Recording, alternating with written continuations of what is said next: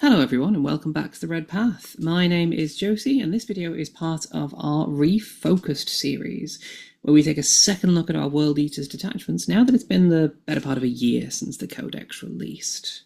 Today I have the pleasure of taking that second look at one of my personal favourite detachments, the Cult of Blood.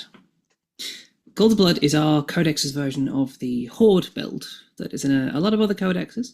This archetype has some very viable and some very not viable detachments across 40k this edition, and I'm glad to say that, in my opinion at least, Cult of Blood is one of the most competitively viable Horde detachments in the game.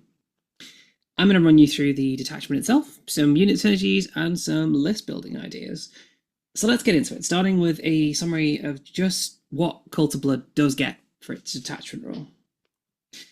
So Cult of Blood has two detachment rules. The first and most simple is that Jackals and Goremongers get the battle line keyword, allowing you to take up to 6 units of each datasheet in your army instead of the usual 3. This is obviously a massive help, because Cult of Blood is entirely focused on supporting Jackals and Goremongers. The real detachment rule, however, is Idols of Khorne. The way this works is that at the start of your command phase, you can select one of 3 Idols of Khorne abilities. These abilities are then given to Titanic and monster units in your army. So for anyone not running Legends rules, those units are the Khorne Lord of Skulls, Angron, and the 2 versions of the Demon Prince. Those idle units then put out an aura of the effect you've chosen until your next command phase. That aura is a 6-inch for monsters and a 9 for Titanic.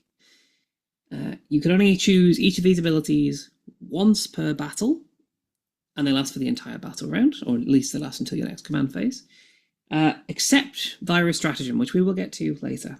The 3 abilities that you can choose from are Idol of Infinite Rage. While a friendly Jackals or Goremongers unit is in range of your idol, whenever that unit, a model in that unit makes an attack, you add 1 to the hit and wound roll. This is obviously fantastic. It's one of the best ways to improve the damage output of your mortals in a go turn. And one of the things I've found with Cult of Blood is that the difference between Jackals at baseline and Jackals with all of their buffs up is night and day. They're a completely different unit offensively. Small note with this does also affect your shooting, so do put Jackal pistols into stuff. +1 to hit and wound, they do a surprising amount of damage. Not a massive amount of damage, but a surprising amount of damage. We also have Idol of Burning Wrath. So while a friendly Jackals or Goremongers unit is in range of your idol, add 1 inch to your move, advance, and charge rolls for that unit. This is very often your first turn choice. It lets you get your Jackals, your Goremongers staged up properly. Jackals start at 7 inches of movement, so immediately go up to 8, and if you advance them, that is at least a 2. So your movement improves from that baseline 7 inches to 10 to 15, which should let you get your army stage up wherever it needs to be. Don't get too aggressive with that staging though, because our little guys are still fairly squishy with 1 wound and a 6 up armor save. Fortunately though, our third idol ability does something about that and is probably the most detachment defining ability that we have access to. And that is Idol of Blessed Blood. While a friendly Jackals or Goremongers unit is in range of your idol, models in that unit have a 4+ invulnerable save. This is half of what turns your cultists into units that are not unkillable, but are extremely difficult to shift on the tabletop. This attachment thrives on Jackals and Goremongers being in the right place at the right time for as long as possible. You'll see later in this video that we do have a way of reusing an idle ability, and for me this is very likely the one that you will be reusing. 4+ invulnerable save is just incredible on a unit, especially a unit that has a 6-up armor save base. Your Jackals essentially are twice as tough into most things in the game. And for anyone who hasn't been paying attention since the Codex released, Jackals and Goremongers now do have toughness 4, which is a big help. It's really surprising how much difference being toughness 4 versus toughness 3 makes, especially when you've got a half-decent save. So next up, let's think about the enhancements. We have 4, just like almost every detachment. And for me, the choices on these are very simple, actually. There's 1 that you should be looking to take every time. 2 that you want to take if you have the spare points. And that leaves 1 that you'll almost never take just because it's the 4th best. So what's our auto take? This one is Butcher Lord. It costs 10 points. It can go on a World Eater's infantry model, so a Slaughterbound or a Master of Executions, and allows them to join a Jackals or Goremongers unit. If they lead Goremongers, they also gain the Infiltrate keyword, so that whole unit can infiltrate up the board. For me, you've got 2 real options on using this. The first is to put it on a Master of Executions, infiltrate that mow up the board with some Goremongers, hope to go first, and try to cause some early carnage with it. For me, this is very rarely the right choice. It's entirely dependent on you going first. The Moe himself isn't that incredible a combat threat in a vacuum. He only has 5 damage, 2 attacks, 0 E strength 7, AP 2.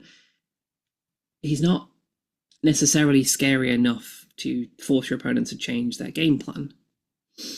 In addition, my big issue with Goremongers in this detachment in general is that if you are taking Goremongers, you are often ranging them far ahead of your idols, and we've already seen that the idols present you with some amazing abilities.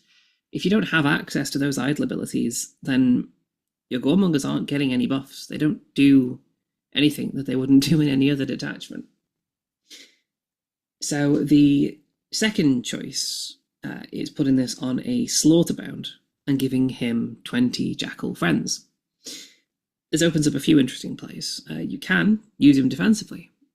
One of his key abilities is the ability to resurrect a bodyguard model in your command phase. This is obviously amazing when it works on 8-bound, but 8-bound tend to die. Jackals, you've got 20 of them. The odds of you losing an entire unit are very slim if you position them correctly. And this means that you can do cheeky plays like resurrecting a Jackal from behind a wall onto an exposed objective and flipping primary that otherwise you wouldn't have been able to hold safely. On the offense, though, he is a major threat. He hits really hard, and thanks to his own 10-inch movement and that resurrection ability, he significantly boosts the threat range of his unit. Both of your Butcher Lord options also get access to all of the detachment buffs and all the stratagems, because they all key off Jackal or Goremonger units, which your Butcher Lord will be a part of. So that 4-up invuln, it does improve your save on a Master Executions or a Slaughterbound. +1 to hit and wound on a Slaughterbound is fantastic. He's strength 10, he likes being +1 to wound. An extra movement and extra charge is also really good if your opponent isn't careful. You can still threaten a turn 1 charge into the midboard with that unit if you want to. Our second enhancement, and probably the second best, is Brazen Form. 25 points lets you take your Demon Prince, improve their toughness by 1, and gives them a 5-up Feel No Pain. This pushes Winged Princes up to the same toughness as regular Foot Princes, if you like the Winged Prince. But a lot of the time, it's going to go on a Foot Prince, and it's going to make him extremely difficult to shift, because that Demon Prince on foot is now toughness 11, 2-up armor save, 4-up invuln, 5-up Feel No Pain, with his usual lone operative ability. We've seen earlier that your idle abilities are tied to these monsters, so you need to keep them alive, and anything which improves that survivability is a massive help. Our third option is Chosen of the Blood God. For 15 points, you take a World Eater's monster, so either of the Demon Princes, and you improve the range of their aura abilities by 3 inches. Neither of these units actually has any aura abilities apart from the idle ones. So what this essentially does is improves your 6-inch idle bubble to a 9. It is nice to have. You'd be surprised how often 6 inches isn't enough to get the job done. And it's much easier to cover a flank with a 9-inch bubble. One of the reasons this is the third best for me is that a lot of the stratagems, which we'll see later, are not tied to being inside an idol's aura. They are tied to being within 6 inches of a monster. So Chosen the Blood God doesn't improve those. But just improving your aura itself is definitely worth having. And if you've got a second Demon Prince, you're probably going to want to try and get Chosen the Blood God on it if you have the spare points in your list. Our final option is Strategic Slaughter. It costs 20 points. You can put it on any World Eater's character, and it gives you the ability to redeploy up to 3 Goremongers or Jackals units after deployment, but before the first turn roll-off. A redeploy is always nice. It's fine. But in this case, you're probably not wanting it. Your Jackals should be already deployed in the only places you can fit that many models. And a redeploy on Goremongers is potentially useful if you've used one unit to block your opponent's infiltrators, and then you can bring them back to safety. But if that doesn't happen, you're probably, again, already deploying these Goremongers in a nice, safe spot. So you don't need to redeploy them. It doesn't matter. For me, this enhancement offers very little strategic value, apart from what we discussed just then, and it is definitely the worst of the 4 available. But given that the other 3 are extremely usable, this is still a decent suite of enhancements, and even Strategic Slaughter isn't impossible to take. It just doesn't offer too much. Let's move on to the stratagems next, so we can see what options you have for turning games in your favour. This time, we're going to start with probably the least useful, and move up to stratagems that you will be using multiple times a game, every game. Our first stratagem is Bloodthirsty Horde. In the fight phase, this allows your Jackals or Goremongers to fight anything which is both within engagement range of their unit and within 3 inches of their models, instead of the usual 1-inch engagement range or base-to-base fighting. You'll very often find yourself struggling to justify this stratagem. A brick of 20 Jackals will still probably be able to all fight into almost anything that they're charging. And if you've got 2 or 3 Jackals that can't, are you really going to spend a CP to let 2 or 3 regular Jackals fight? This does obviously have some niche uses, especially if units spread out and has been charged themselves by a unit that could otherwise prevent you from getting much reply in. But you will very often go entire events without having actually used it. Next up is Bloody Vengeance. This lets you target one of your idols that was just destroyed, and for the rest of the battle, Jackals and Goremongers get to reroll all hits against the unit that just killed your idol. Now, at a glance, this is great. Full hit rerolls for your entire army against something scary is certainly nothing to ignore. However, if you are able to use this stratagem, it means that an idol has died. You really want to be protecting your idols in Cult of Blood. If your opponent has managed to kill one of your key buff pieces, then this strat really is more of a consolation. It allows you to get some revenge, but losing an idol weakens a whole chunk of the board afterwards. You want to avoid using this wherever possible, because if you use it, it means something's gone wrong. Much more spammable, though, is Fail Not the Blood God. This allows you to target a Jackals or Goremongers unit in the fight phase, and it gives them either reroll 1s to hit, or full hit rerolls if they're within 6 inches of a monster or 9 inches of a Titanic unit. This is our second source of full hit rerolls in a codex which has almost no other access to hit rerolls, by the way, and it doesn't need you to sacrifice an idol first.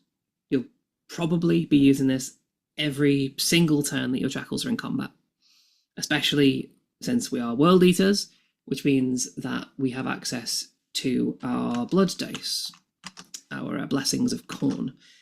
So you want to roll 6s to hit. You want to be getting sustained hits, lethal hits, to get your jackals juiced up. Another stratagem we'd be wanting to use multiple times a battle is In the Shadow of Brass Idols. This can be used in the shooting or fight phases. And this gives a Jackals or Goremongers unit a 6 up Fear No Pain, which improves to a 5 if you are nearby to an idol.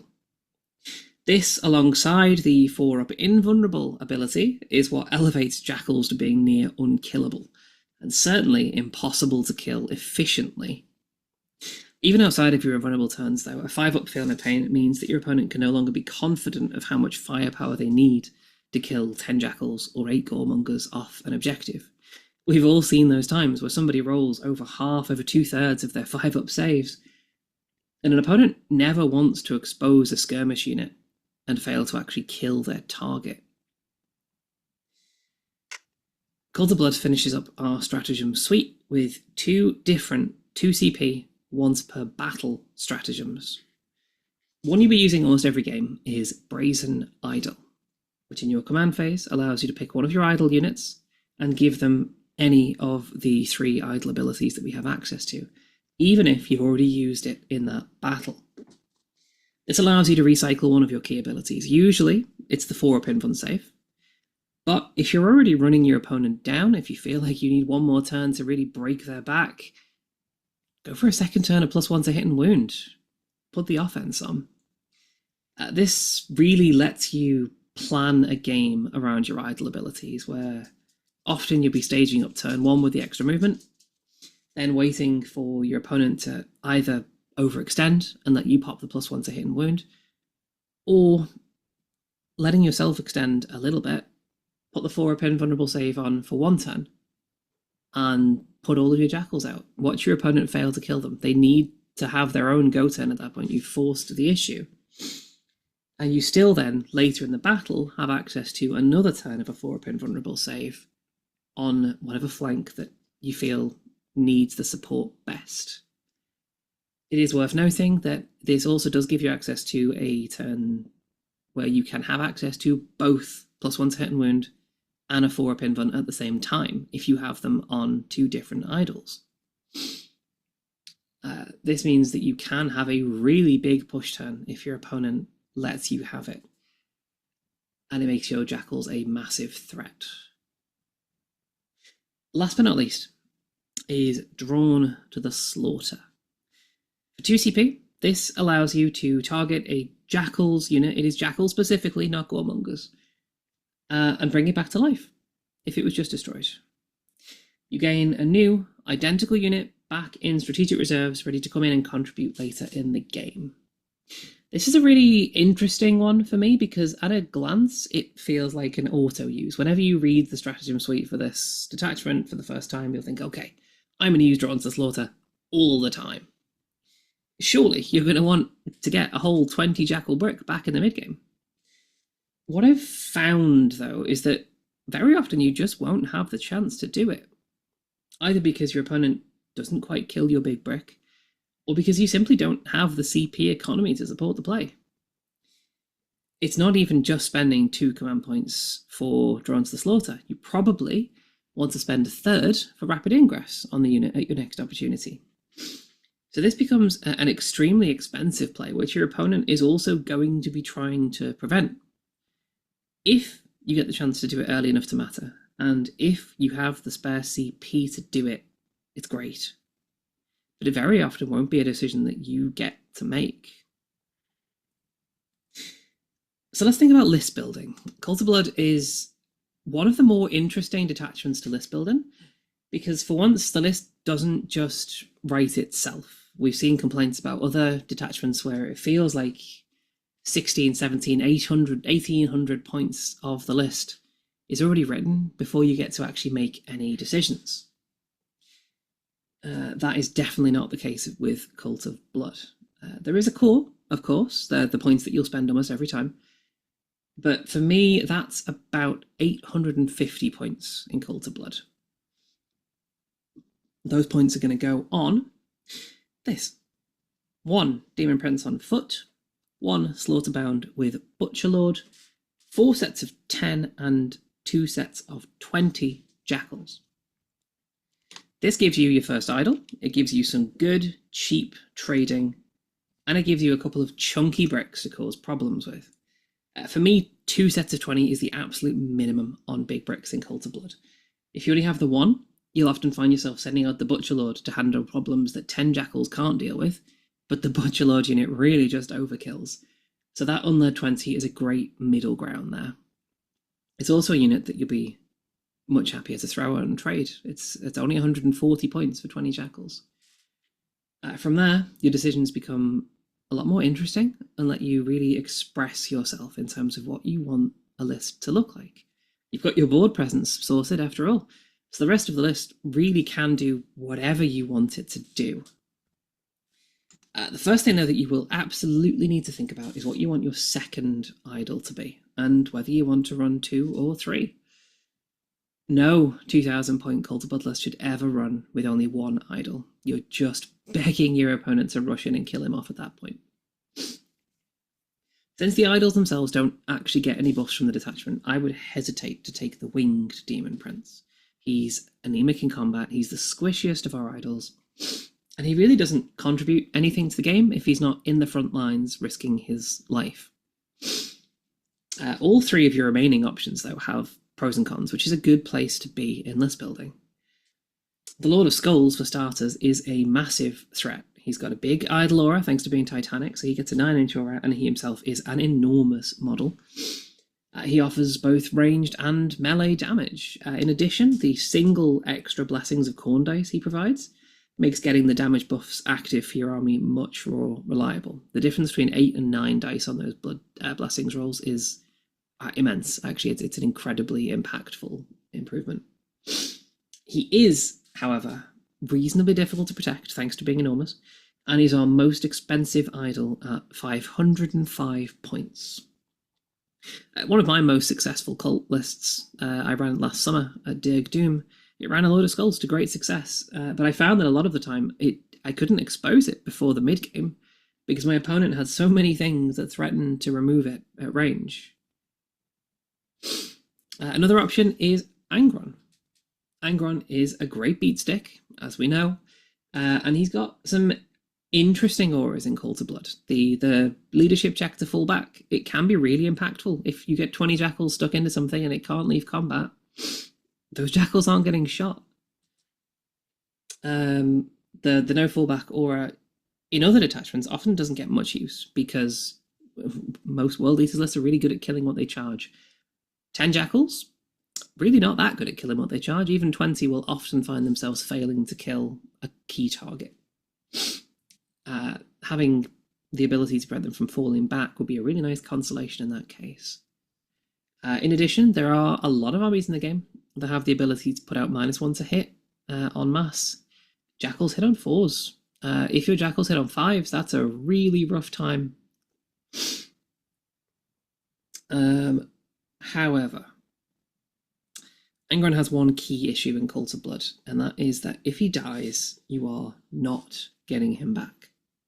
Jackals rely on Blessings of Khorne to do their damage, and if Angron resurrects, he turns those blessings off. This means you really should hesitate to throw him into combat because you'll likely be losing his idle abilities when he dies in the following turn, and the ability to resurrect him later in the battle. He is still very strong. Certainly give him the consideration, but think about his limitations in this detachment. The simplest option, of course, is to just add another Demon Prince in. He puts out the Idle Auras, he gets Lone Operative, so he's difficult to bother. He hits reasonably hard, and as we've seen already, he has some good enhancements available to him. You don't get to double up on their CP reduction ability if you have 2 of them, but they're very much a cheap-ish, certainly the cheapest, and cheerful option. If you're taking Demon Princes, it's also a lot easier to justify taking 3 idols, and 3 idols gives you an awful lot of redundancy. You can then throw one of them out relatively early to do some damage to get full hit rerolls on something important. Once you've decided on your actual idols, you'll then want to tour the codex, looking for units which suit your playstyle and suit your needs, and which work independently of any stratagem or detachment support, because they'll get none of that in a Cult of Blood list. Fortunately, the World Eaters Codex is chock full of units like this, so you've got a really varied set of choices. You want range support? Consider 1 or 2 Forge Fiends. You want tank busting? You can take Exalted 8-bound with more Slaughterbounds. You want to give your opponent screening problems, make them play the game differently? Take a Hellbrute or 2. You could take more Spawn. You could take more Jackals. You could take Goremongers. You could even start looking at niche picks like a Mauler Fiend or a Predator Destructor. They all offer things which help your Jackal stay alive or threaten things that your Jackals either struggle to kill or which can kill your boys. So what do complete Cult of Blood lists look like? I'm going to show you a couple of my most successful lists since the Codex released, with slight edits to fit into the current February 2026 points. And then I'll show you what I think are the 2 most interesting options for Cult of Blood into the game right now. So, last summer, I attended Dergdium in Ireland, and we took this list. We took a Lord of Skulls, because the Lord of Skulls is everything that we talked about earlier. He's a big threat if you can keep him up and keep him active. We took our core stuff, so our Demon Prince, our 80 Jackals, and our Butcher Lord Slaughterbound. I also took a second Demon Prince with Brazen Form in this detachment, so we took 3 idols. Big help to keeping the list stable. In addition, I took a Forge Fiend, just the one, which breaks a lot of the conventional wisdom about Forge Fiends. I think 1 is still great with a list like Cult of Blood especially, because it just does still threaten key elite targets. And that's one thing the Jackal can struggle to deal with. They can't pick up things like Terminators, things like Victrix Guard. Anything with a 2-up armor save they will really struggle into, and a Forge Fiend is a great threat for that. And we can round the list out with a couple of Hellbrutes. Hellbrutes are a personal favourite of mine. I feel like they get an awful lot of value, especially if you can start 1 in reserves, rapid ingress them, and force your opponent to really screen the board out. More recently, I took a list to the Gravel Pit back in November. And this was not a Lord of Skulls list, this was an Angron list. I'm a big fan of Angron. We spoke about him earlier. He's a great beatstick and a great threat. I do often feel when I'm building a list with him that I want another 2 idols so that I'm able to throw Angron into combat if I need to. So that's what we did with this list. This list took Angron. It took the core, so again, Demon Prince, Slaughterbound, 80 Jackals. And on top of that, I took another 2 Slaughterbounds, each with a unit of 3 Exalted 8-bound to lead if need be. I took a Hellbrute. My third idol was a Winged Demon Prince with Brazen Form. There's a lot of the game right now that does rely on tough armor saves, and the Winged Prince doesn't do a lot to them, but there is also at the same time a lot of the game that doesn't have those big armor saves. And the Winged Prince can get a lot of work done in those games. In addition, his Battle Shock test that he forces can occasionally do work. It's not bad. And I preferred the Brazen Form Winged Prince to a regular Foot Prince in this list. I felt like a lot of the time I was putting him in reserves and ingressing him. He's a decent little deep strike assassin, and having Brazen Form just makes him a tough unit to shift, even if he's not directly providing idle buffs to your army. But that's history at this point. What are the 2 best lists in my head for the game that we're in right now? I think we're looking at either a list that focuses on trying to actually kill big stuff, or a list that walks up to big stuff and says, you can't kill enough of me fast enough. So for a killy option, we have this. We have our core, our Demon Prince, our 80 Jackals. They're there every time. In addition to that, we are taking Angron for his beat stick damage threat. We are taking another 2 Slaughterbounds, each with a unit of Exalted 8-bound and another 3 Exalted 8-bound on top of that. They're great time busters. They're also just good into almost anything in the game because they're still Strength 8, they're still AP 3. If they're not punching tanks, they're still punching out infantry. I've got a unit of Spawn and a unit of Goremongers. These guys are really just there for actions because this list is extremely heavy on trying to kill things. Goremongers can slow opponents down as well, and Spawn can occasionally rush out and do some fast early damage because they have the Scout and they have their own advance and charge built in. If you don't need them to be in the right place scoring points, they can just be in the right place killing things. But if this feels a bit dangerous, if you feel like you don't want to go hard on that kind of aggression, what you can do instead is what we haven't really talked about yet, which is maximum Horde Cults of Blood. This list takes the core, it takes 80 Jackals, it takes a Demon Prince on foot, and it takes a Butcher Lord. However, it also bulks out your infantry options to the max. We're going to take a full 6 units of 6 units of 8 Goremongers. We're going to take a second Demon Prince, not with Brazen Form, but we've chosen the Blood God, just to put his auras out as far as possible because we want this list to be ranging out, getting in really advanced positions and blocking your opponent in. We're then not limiting ourselves to 80 Jackals. No. We're still taking 1 unit of 10, but we are then taking 5 units of 20 Jackals. You give them a 4 pin fun. You put them in the right place, you give them another 4 pin fun. It's turn 3 and your opponent has scored nothing because you run the board. And that's a great place for you to be in. This list also has a unit of 3 8-bound. We've not talked about 8-bound yet, but they are a great support option. Jackals with +1 to hit are Jackals that hit harder. They also hit hard themselves. They've got Scout, so they can threaten some things that Jackals can't. I'm a big fan of 8-bound if you have the points spare for them and if you feel like your Jackals themselves are in a position to need a buff, which they definitely are if you're running this many bricks of 20. Finally, my personal favourite, once again, the Hellbrute makes his way into a list.